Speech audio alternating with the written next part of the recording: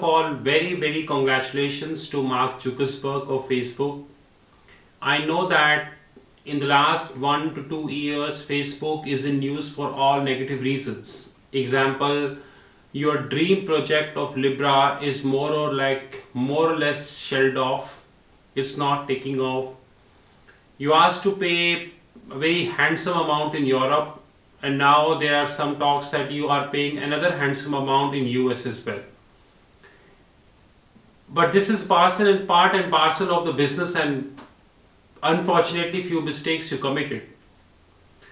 But when it comes to WhatsApp, I always thank you because the platform you created or you bought, you made it more beautiful. I still remember when the WhatsApp was a messenger. It was a messenger services, but after Facebook, a lot of different products came, and that hats off. That the credit goes to Mark Zuckerberg and Facebook. And now a very important thing that is coming in the picture is that WhatsApp is going to live as far as the payment service is concerned, which is another beautiful thing Facebook is trying, and they will definitely get a success worldwide. But before saying that, I would like to speak something. What would happen to Vijay Shekhar Sharma after that? According to the latest report on which we made a video also, that the Razor Pay concluded that in 2019 the total share of Google Pay in digital payment in India is about 59%. The second rank is the Phone Pay, and the third rank is Paytm, which is 7%, and Bheem got 6%. So the difference between Bheem and Paytm is around 1%, which is negligible difference. While the difference between Google Pay and Paytm is around 52%, which is much more. In this week, we got two different news pertaining to digital payments in India. Number one, Paytm launched a machine which is known as POS machine for their merchants. On the contrary, Phone Pay, I don't know, they are looking for $1.2 billion. How come they decided to launch 2 million ATMs in India? So according to me, they think that 2 million ATM will costing 2 million INR. But maybe, I don't know, but how they would be arranging the money, but this is the news which we have in the market, that Phone Pay is coming up with around 2 million plus ATMs in India. So one thing is pretty sure, that digital banking war would definitely go very strong. And the final nail in the coffin is Mr. Jeff Bezos. A very interesting man. I really love him. Because whatever he say, he do. He never worried about the feedback. Mr. Jeff Bezos came to India last month, and as promised, he invested another 2,500 crores in India. He promised to invest $1 billion, and out of $1 billion, which is roughly 7,000 crores, he invested 2,500. Around 40% of that he invested.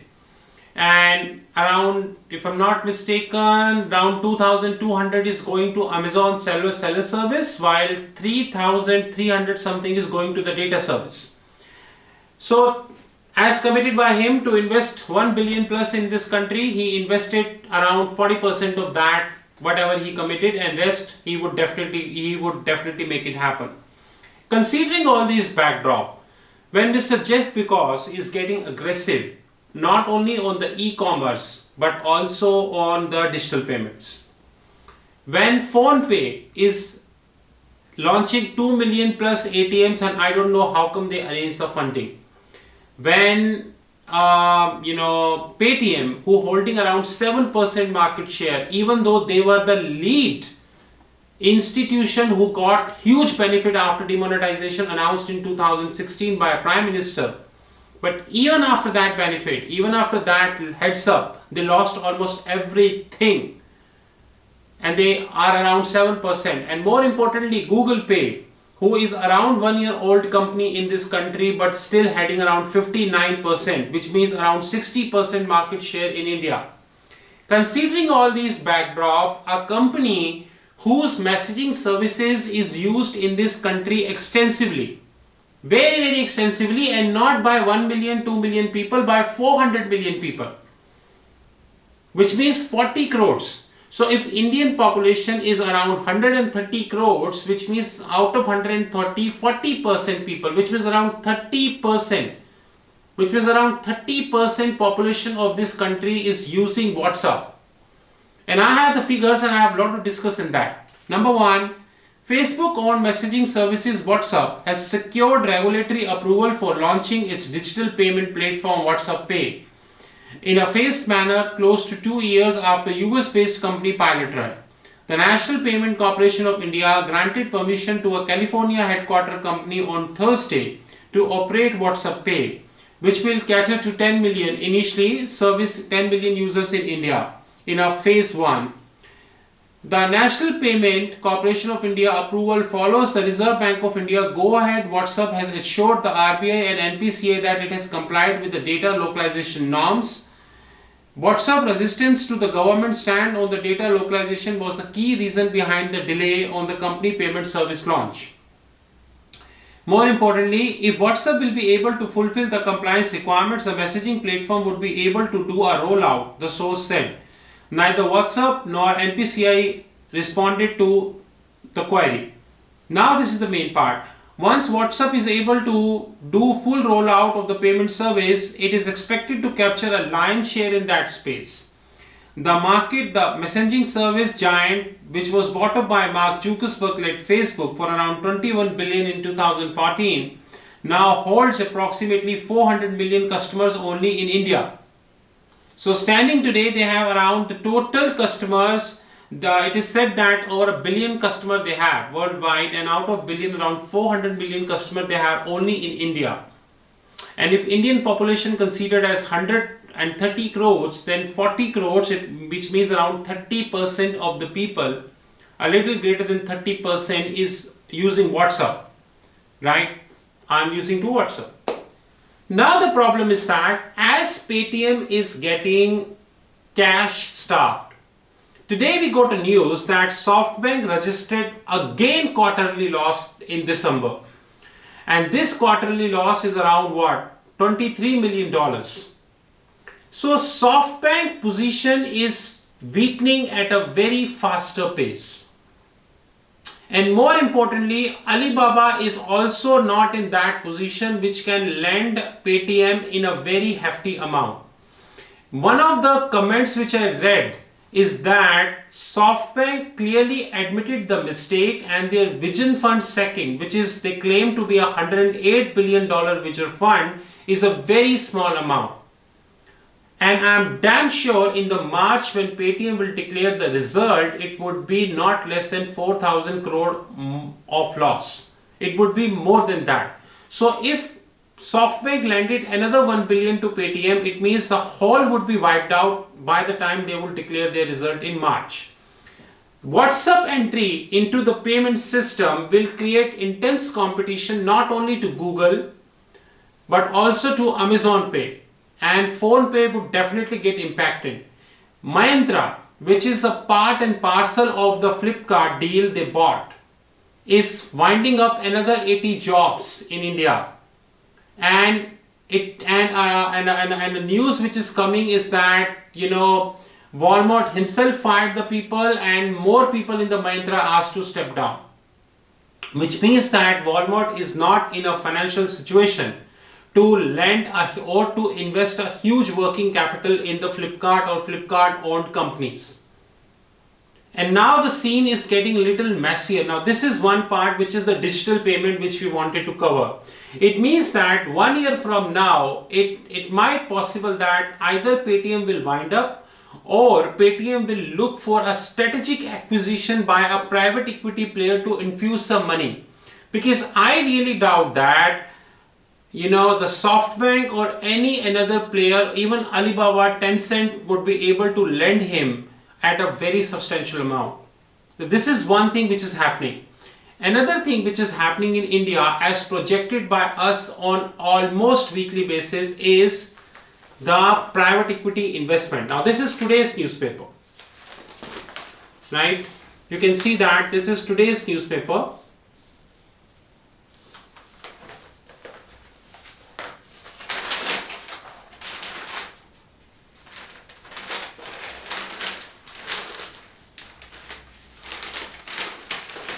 Now see this.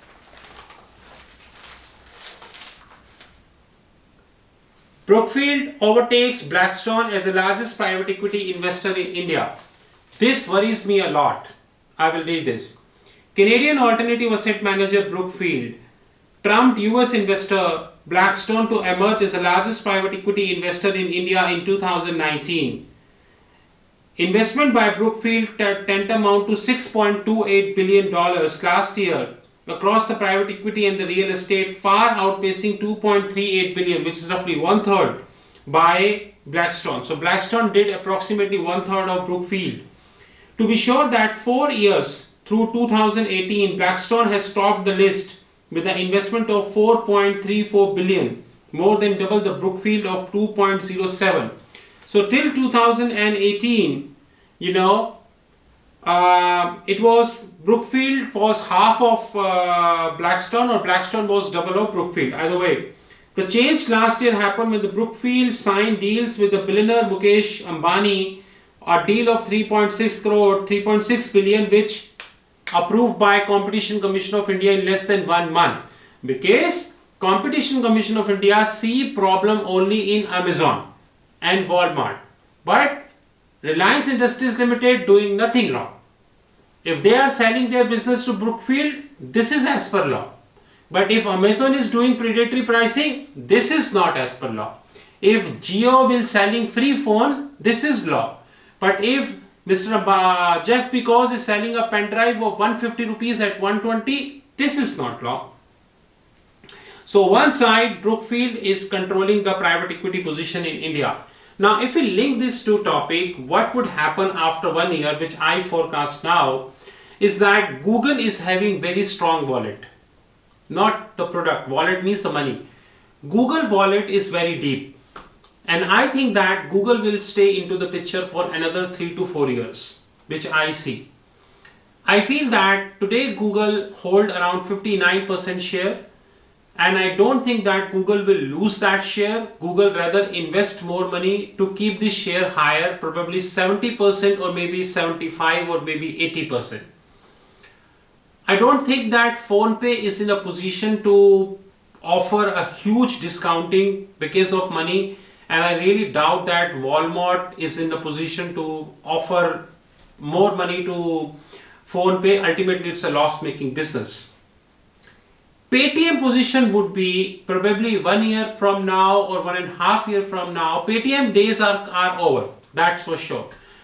All those people, those who claiming that Paytm is a $16 billion company while Oyo is a $10 billion company and Byju's is a $8.2 billion company, I offer you a challenge. Come and prove. I will give you money, $50,000. You prove me that Paytm is a $16 billion company, I will give you $50,000. That's my words. I see that 1.5 years or 2 years, because every quarter SoftBank position is getting weakened. It is not the SoftBank of 2016 and 2017 when they were having a flush of money. Even they wrote checks to those companies, those who even not having the business model into the picture, to be honest. I see that one big private equity player will come into the picture after 1.5 years. I don't know whether it is BlackRock, Blackstone, I don't know, Brookfield, I don't know. But considering the yesterday newspaper that Brookfield invested around 1,450 crores in one company who will further take the positions in the non-banking financial corporation, I see that Blackstone might not be in the picture.